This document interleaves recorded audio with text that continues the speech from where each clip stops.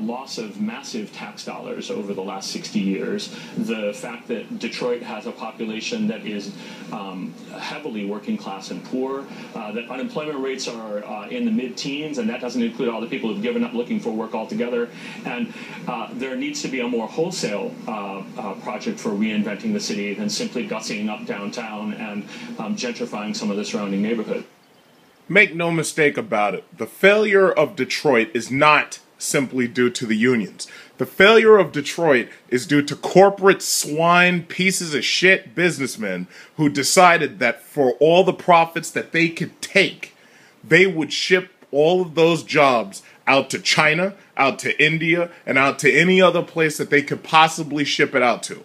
Rather than pay more attention to your American workforce, what they did was they shipped as much work out as possible, and they racked up those profits, and they retired with multi-millions of dollars in golden parachutes, even though there were failing CEOs. Let's call it like it is. These people don't deserve that kind of money. They're failing CEOs. If you're a failing CEO, you really don't deserve to get fucking paid. Let alone have a golden parachute. That's the reason why Detroit is a failure. Now, one of the reasons why I like Chrysler is because Chrysler believes in Detroit, and Chrysler's trying to bring as much work back to Detroit as possible. Now, you can talk about that however you want, about, you don't believe in bailouts, this, that, and the other, but guess what? The middle class in this country was built on unionized labor. It wasn't built by a bunch of fucking McDonald's workers making $5 an hour, or $6 an hour, or $8 an hour. It was built by unionized labor. Now, you can talk about that however you want, but that's the simple truth. So, if they take away the jobs in order to beat the unions and ship that off to China, then what you see is record growth in China while you see record unemployment in America. It's one hand, the other side of that hand, there's no other way you can slice it. That's the bottom fucking line. When I was in China in 2001, those people were living dirt fucking poor. Most of them were making, if they were lucky, they were making $10,000 a year. Now, the same people I knew in China in 2001, right now it's 2013, those same people are making $30,000, $40,000 a year.